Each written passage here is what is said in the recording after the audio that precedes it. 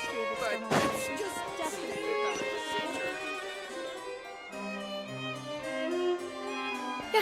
You're here! Finally!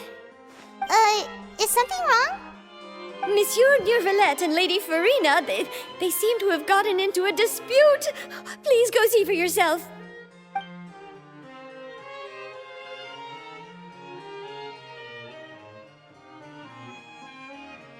Like I said, I've already explained everything.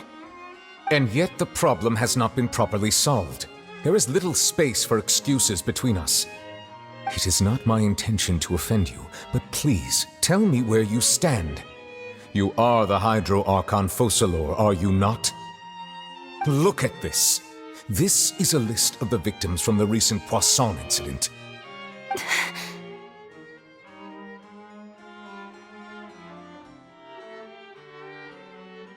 You mean... they're all... We did not arrive in time to avert this disaster, and I will not have it happen again. I will say this once more. You must tell me everything you know. Yesterday, I found 3 stone slates in some ancient ruins near Poisson. Do you know anything about those? Seriously? You're questioning me like this is a court case now. I don't know anything about that. But you found them in some ancient ruins, you say? That's correct, which is why I came to ask you some questions. There should have been 4 slates, but one of them was missing. The other 3 feature different images that seem to correlate to the prophecy. The prophecy? The second of these slates depicts the previous Hydro Archon Egeria kneeling before a floating island in the sky, as if confessing something. Do you know nothing of this either? I don't. I've never seen such slates. I'll ask you again. Do you really have no information regarding the previous Archon? My deciphering of the slates indicates that the Hydro Archon Egeria once had to confess to, or apologize for, a certain sin. If anyone would know about it, it should be you. All gods don't have the same secrets, you know. She was herself and I'm me. Is it really so strange that I know nothing? I understand your concerns, but I'm sorry. I just don't have anything to tell you. Forgive me for saying this now, Lady Farina, but I have long known of your various secret investigations into certain matters. There are several indications that you have been investigating the prophecy on the sly. This is not strange in itself, considering that you are the Hydro Archon. But it is strange that you should also claim to not know any of Egeria's secrets, as well as do nothing following your inquiries. You have never been as superficial as you have presented yourself to be, nor are you a fool. And yet, your behavior is very inconsistent.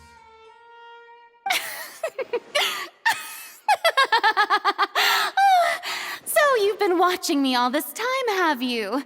I didn't think you were that type. You... Well, since you know about my secret investigations, then you should know I'm actually working to take care of it. There's no point questioning or suspecting me. You're the Eudix, but you're still my subordinate. You should be following my lead. Just trust in me, you're Archon, and do as I say. Never mind whether you can truly convince yourself to or not. It'll all turn out fine. That's all I have to say. We do not discuss this matter again. Oh, the opera's about to start. Toodles!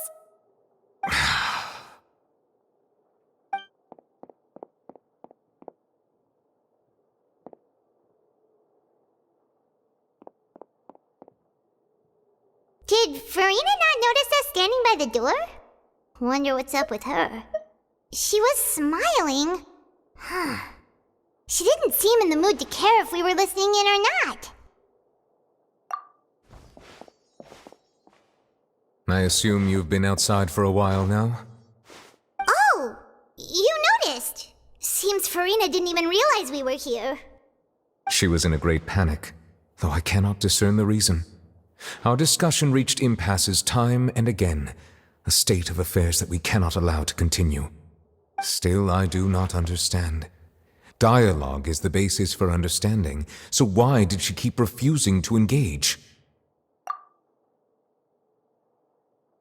Everyone in her inner circle has noticed that she is hiding some secret. The issue is her attitude. I fear that she will not reveal anything unless absolutely forced to. We may have to create a situation in which she will have no choice but to speak. Oh? Like what? Normally, people will only reveal the truth when standing trial. Perhaps we must have the Hydro Archon experience just such a scenario. But Farina's seen so many trials, and she's really good at dodging questions. How do we make sure that she won't just slip away at the first chance she gets? We will need to consider this thoroughly, join forces with various parties, and then do what we can.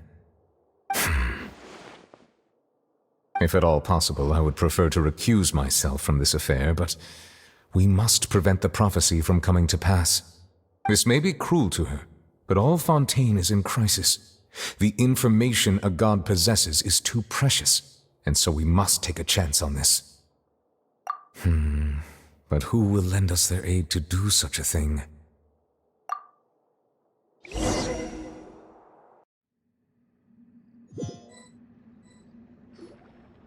Well, that's everyone, huh? Speaking of which, it was pretty smart of you to think of hiding here. Poisson was just involved in a disaster, so it's presently devoid of people. That naturally makes it the best choice. And here you are drinking tea like it's the most natural thing in the world, huh? That's what family should do. Sit and enjoy a leisurely time together. It's nice to enjoy tea here, you know? Care for a cup? Lend me your ears, everyone. Or perhaps one of you might like to start us off. How about you, friend? Me? No, I don't think I can. Then, how about you, good sir?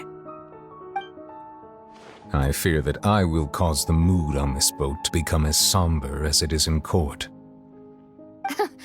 Well then, I guess we're lucky we've got a local like me to organize things. Wonderful, the spotlight at last. I guess I'll be facilitating things from here. That was a little long-winded, don't you think?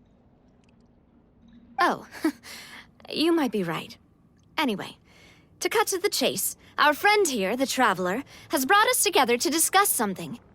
As for what that is, well, let's start by saying that we'll be pooling our efforts together to create a series of traps. Oh, how intriguing. Well, it's just an expression, really.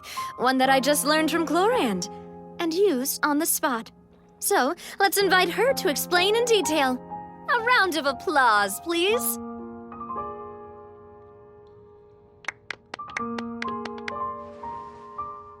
Huh? Didn't you say that you would be facilitating this? Oh, come now. Your work doesn't involve much public speaking, right? This is a good chance to practice.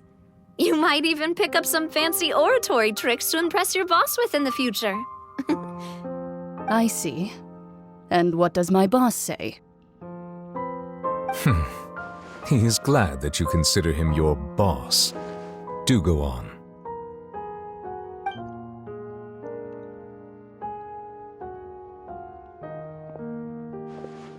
In that case, do any of you have experience hunting?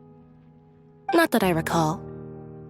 Fremine and I once used a wooden stick in a basket to catch wild rabbits when we were younger. As for Lynette, Oh, right. You were sick that day, weren't you? I've also gone diving to catch some fish before. Does that count? I'm afraid not. You may or may not have heard, but Fontaine once played host to a group known as the Marechaussee Hunters. Though that was their name, they did not hunt animals, but rather various monsters left behind by the ancient dynasty of King Remus. Today, Fontaine's monster population has already thinned greatly, so the hunters have blended back into society. taking up arms in other lines of work.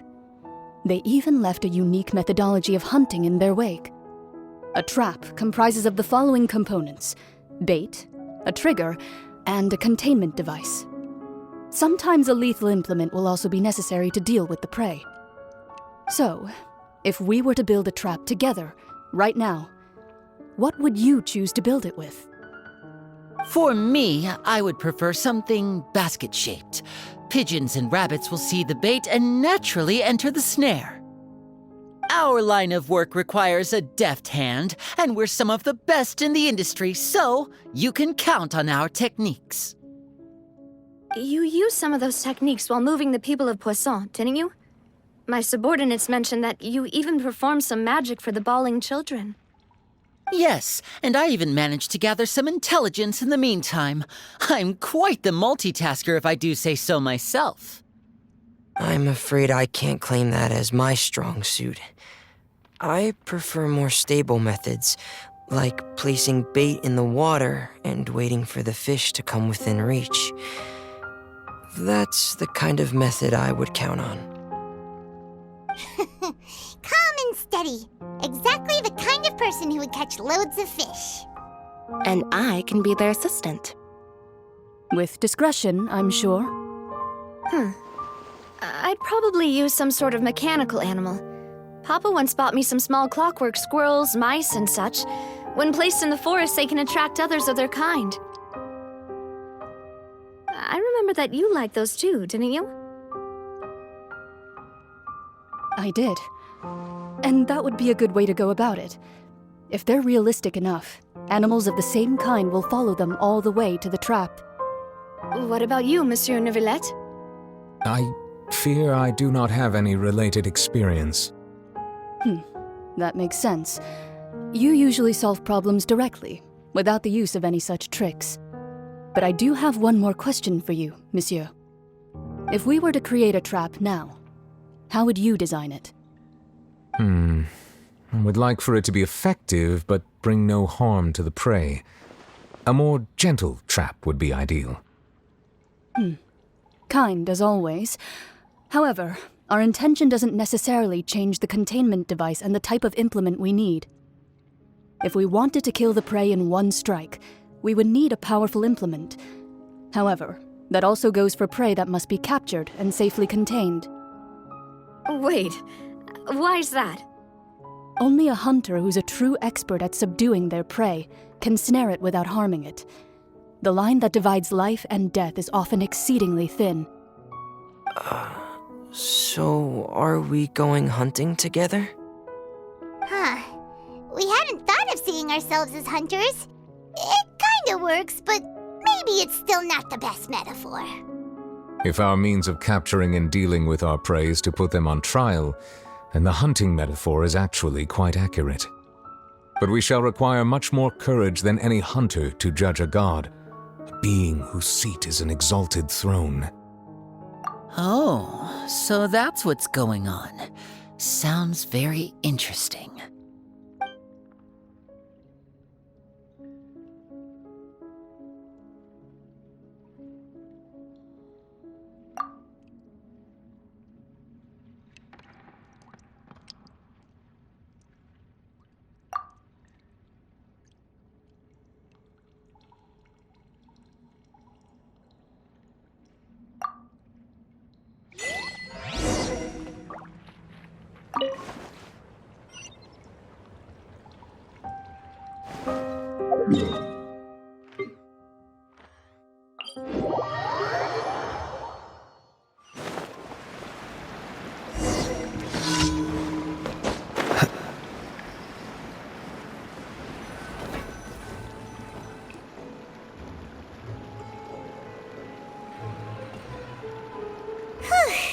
It's been a tough few days, hasn't it? So much has been happening. Paimon didn't think the meetings would go on for so long, but everyone seemed pretty fired up, huh? Paimon thought they'd be at least a little frightened. Well, Fremine was, now that Paimon thinks about it, but everyone else just looked a little surprised. Well, it's hard to say. Paimon doesn't have any experience with this sort of thing. But with you around, Paimon sure will do great. After all, you're the most reliable person in the world, aren't you?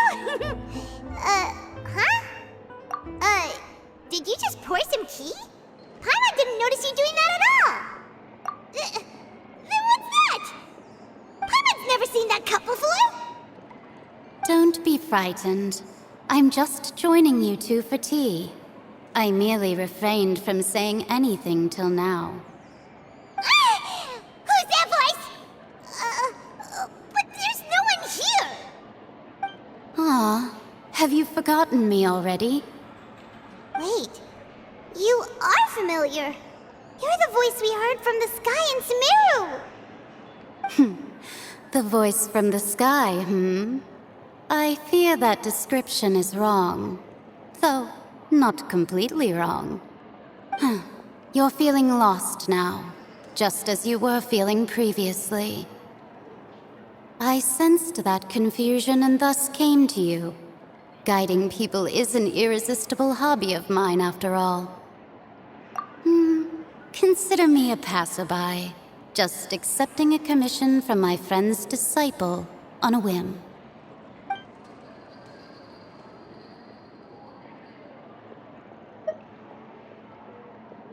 The prophecy. Yes, what has been prophesied will be fulfilled. You may view such things as the history of the future. What? Then is there any way we can stop it? I believe you have witnessed a failed attempt with your own eyes. Can everything in Tevat so easily be changed? So you've caught on. Just as prophecies are usually only the future as seen from the perspectives of the gods, could things be happening in hidden corners where the gods' gaze does not fall? Are the things that you shall see different from the fate that the gods perceive?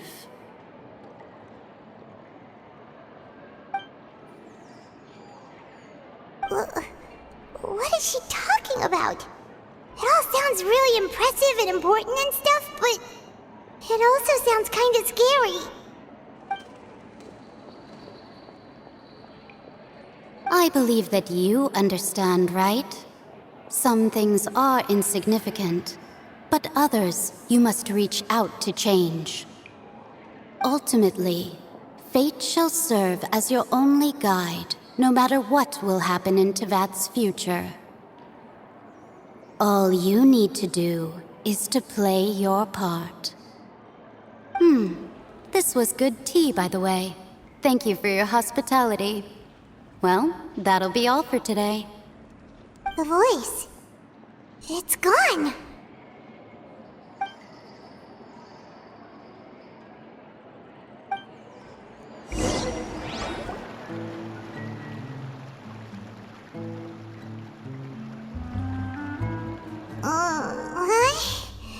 I want to hear someone talking.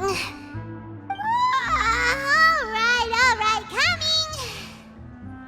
Hey, it's you who's getting lazy, okay? Well, I see I've walked in on some lively banter. Mona! Fine, just fine. I went to take part in that Steambird panel. It turned out to be more interesting than I expected. Not all Fontainians are pessimistic about this. One journalist mentioned that sitting around and waiting for the end to come would be wrong, and that they should make their own rescue preparations. I agreed, so we had a brief chat with her. Did she have pink hair by any chance? Why, yes! It was Charlotte. You remember her, right? That daredevil journalist? I'm in full support of her view. Prophecies are very important, but how can people allow their lives to be commandeered by just a few words? That's right! Paimon's glad to hear something sensible for once. Yes. About what we had discussed before. I did try, but I'm afraid I couldn't reach the old hag. I'll try again tonight, but I wouldn't get your hopes up. Huh?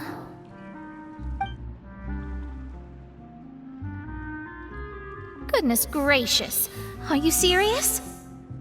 She said that even the god's gaze has blind spots. pretty bold if you ask Paimon. Most people would believe the gods to be all-knowing, right? The Hexen Circle members are certainly anything but ordinary. As for the mage named N, the old hag has mentioned her a few times. She said that N's sense of direction is incredible, and that she loves guiding those who are lost. But I've never met her, and if she were still alive, she'd be... Well, suffice it to say that the hag's at least a few hundred now, and N's been around for longer than that. Whoa. The Hexen Circle sounds like a scary group. But they must really stay in shape to live so long. Their abilities alone are pretty terrifying. If she came to see you personally, then the problem you're facing must truly be of great importance. Well, it's not like Paimon could understand anything she said. Yes, she was quite cryptic, but I suspect she means that there is still a way to turn things around. She didn't say when or what that would be, though, so perhaps it is something that you cannot know right now.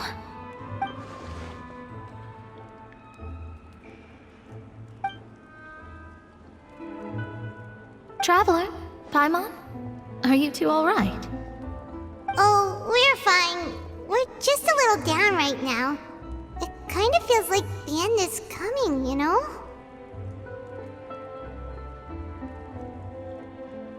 I see. I feel that same sense of desperation, too. I guess you could consider me someone who has often witnessed fate. So far as I have seen, it cannot be swayed. But even so, I still hope for, and believe in, miracles. Astrology is eternal and rational, but fate may not be. It is cruel, but it can also be beautiful. Perhaps that's what En was trying to tell you. Not to lose heart, and to believe that what you are seeing playing out before you is not yet set in stone. I did originally think of steering clear of all this, but I couldn't. Even if this is all futile, I still wish to help everyone. If we don't struggle to the last, then how can we face the end when it comes? Huh. You do have a point. There I go, talking about astrological principles again. Sorry about that. The moment I start talking about work-related stuff... I need to get going. It was worth trying to comfort you, even if only a little. I believe that you'll help those who are struggling in the same way I did. I suppose that might be why we always seem to meet by coincidence. Paimon feels kind of moved by what Mona said, but also kind of sad too. Hey, Traveler, Paimon suddenly feels like going outside for a walk. Let's go. Let's walk around the city, shall we? There's a few spots we always like to walk by.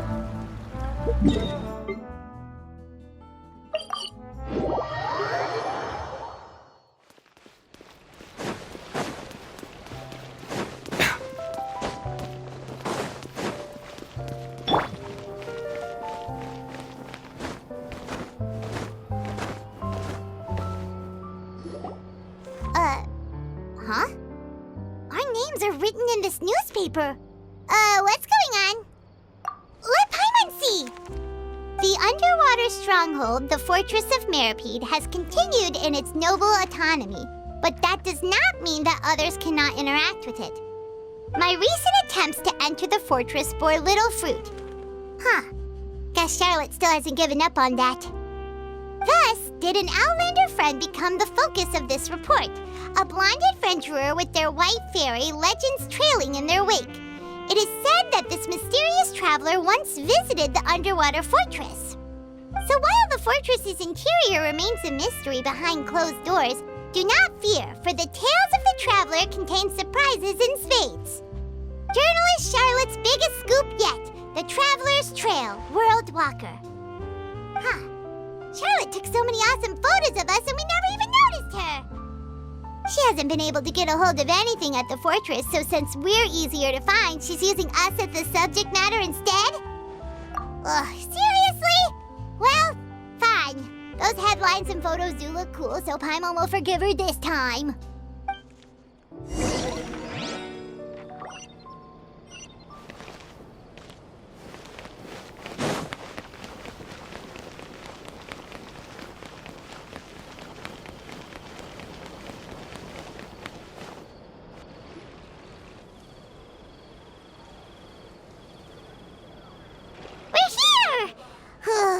Paimon's hungry. Should we go in and get something to eat?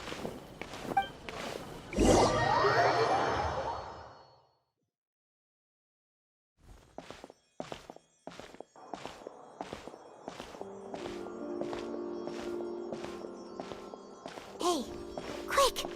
Look! That's the limited edition, only 16 slices a day cake! It was so delicious the last time we tried it! Despite the tense situation we were in, let's give it another go. Paimon's sure it'll be great! 1 slice of cake, please. Someone showed up after all! Oh, wait, you're the one from the Palais Mermonia. Oh, are you here to buy cake too? It seems Monsieur Nervalette was right. You really can eat. Wait, did he really say something like that? That's right. Even he has his own preferences when it comes to food. As for me, I love the cake and coffee here. Do you come here often? Usually every day. Every day? It's part of my daily schedule, apart from work. I shall have my cake and coffee.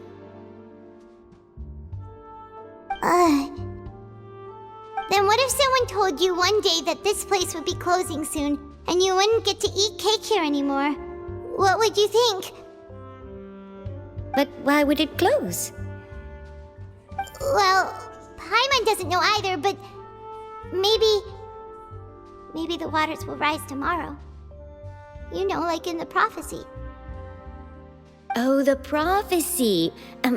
To be honest, I haven't paid much attention to that. No, still, even if there'd be no more cake tomorrow, that wouldn't keep me from having some today.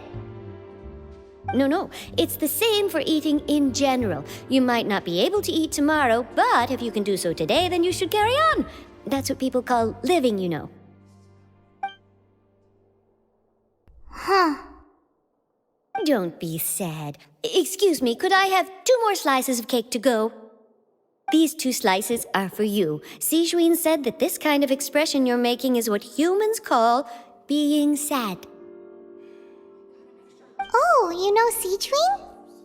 I sure do. She was born before me, and she sometimes comes to the surface to teach us things about humans. She said that humans are creatures that are saddened easily, yes, and you can only lift their spirits by feeding them delicious food. So please try the cakes here. I've got something else to do, so I'll be going now. You two try to stay in a good mood after eating, all right? Bye.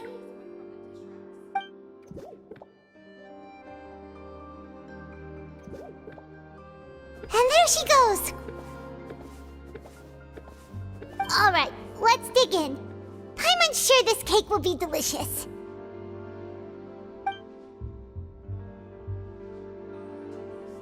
It's more delicious than last time! And the flavor gets even better with a sip of tea. It sure would be nice if we could come again tomorrow. Sure would be nice if we could always eat delicious food here.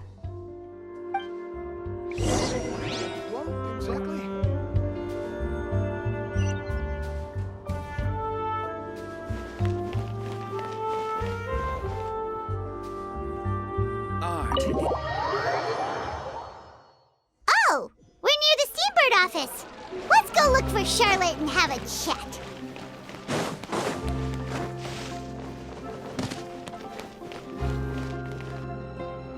Wow! If it isn't the Traveler and Paimon! Oh, have you seen the article I wrote about you? Ha! You've got some nerve! You just used us to make some quick mora! Oh, you needn't worry about that. I heard that you were in Poisson some time back, so I sent you a letter to discuss just that. It appears you didn't receive it, though. It's all right, though. I've set aside the amount intended for you. I've even set the table with some food. Really? Oh, you're the best! You're almost a little too easy to win over, Paimon. If I were a journalist with ulterior motives, you'd be in trouble now, you know. Oh, Paimon knows you're not like that. Still, what brings you here all of a sudden? Were you looking for me? When Mona mentioned you, we thought of coming to see you at work. I see. It seems you've already bumped into Mona here in Fontaine. So she mentioned me? What did she say? She said that you're a real daredevil of a journalist. Nice. In which case, Can this daredevil journalist dare to request an exclusive interview with the legendary traveler and Paimon? Huh?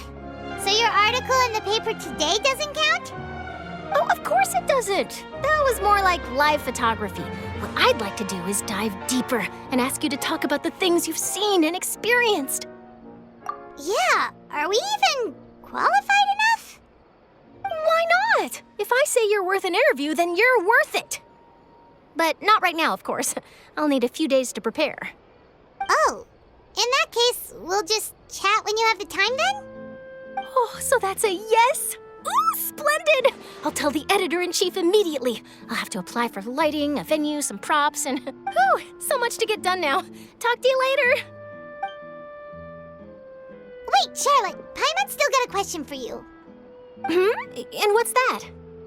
If, just for example, Fontaine were to be flooded tomorrow, what would you do today? Huh, that's the prophecy you're talking about, isn't it? I mean, I do hear about it often, but I've never once thought that the day could be tomorrow. If you're seriously asking, then I might try and think of a way to leave Fontaine. Oh, but I'm still a journalist first and foremost.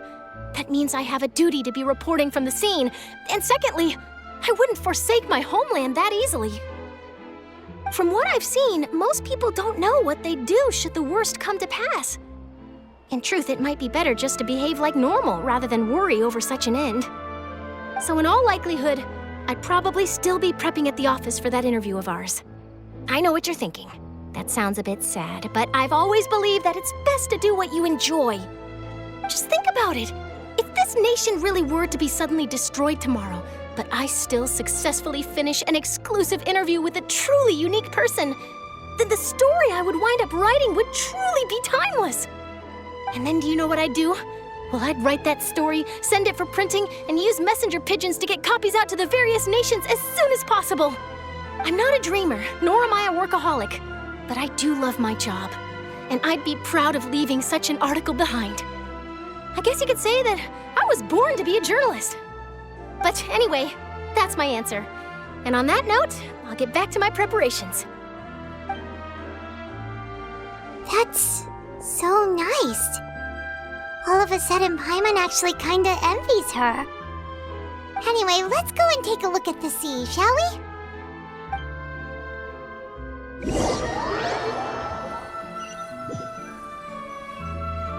The sea breeze and scenery can be a pretty soothing combo, huh? Paimon's been thinking. If it wasn't Fontaine, but all of Tevat that would be destroyed tomorrow, where would we go and what would we do? No, Paimon should ask, if you could choose, what would you like to do?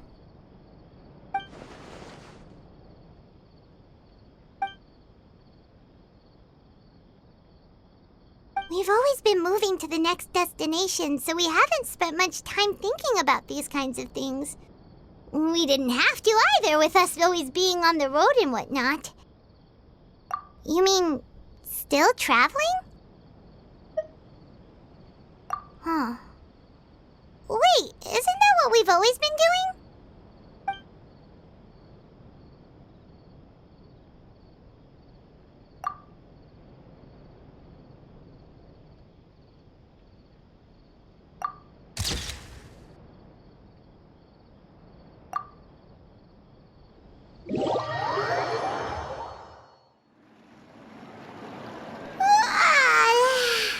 Feels like you'll grow mold if you stay here long enough. But it's still better than the Fortress of Meropide, that's for sure. It's not only damp there, but salty too. Ah, so the two of you are still here. Wonderful. Oh, you're from the Palais Mermonia, aren't you? Yes, I'm Isadora. Monsieur Nervillet sent me to look for you two before. I heard that afterward you went to the Fortress of Meropide. Not at all. I'm well aware that you're friends of his. Actually, I'm here to pass along a message from him. Yes, inside the Opera House. The Maréchaussée Phantom has declared the incident a small-scale riot. A riot? Well, that said, I don't personally think it was that serious. Lady Farina was watching a performance at the Opera House, and while she was resting during an intermission, some other audience members suddenly started harassing her, loudly accusing her of doing nothing about the prophecy crisis. And before she could respond, others started to join in. The crowd continued to grow, and protests against the Hydro Archon started to break out. So people have started to put the blame on Farina. Guess they finally found an outlet for the pressure they've been under due to the prophecy. I agree. People will naturally rely on gods, as is customary. But the moment people feel threatened, gods are also the first to be blamed. So what happened after that? Is Farina okay? Seeing that the situation was spiraling out of control and that further argument was pointless, she claimed that she'd gotten tired of this and left in a hurry. The Marechaussee Phantom had their hands full maintaining order and did not catch where Lady Farina had gone. Only when things had stabilized did we realize that she had gone missing. So, you mean she's still missing? That's right. The Marechaussee has dispatched many people to search for her, but we don't have any leads yet. That said, I don't think there's much to worry about. She is a god, after all. Even if she were to fall into the hands of rioters, what could ordinary people do to her? Good. Monsieur Nervillette sent me to tell you about the situation, but he didn't say anything else. Don't worry, this is more than enough to go on. Thanks for keeping us informed. Ah, is that so? Well, all right then. In that case, you two take care. I'll be heading back to the Palais now.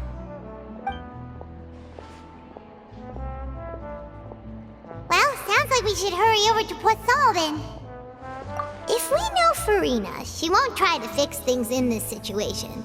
Instead, she'll look for a place to wait out the heat. And as we also know, she may be loud and dramatic, but she doesn't have a heart of stone.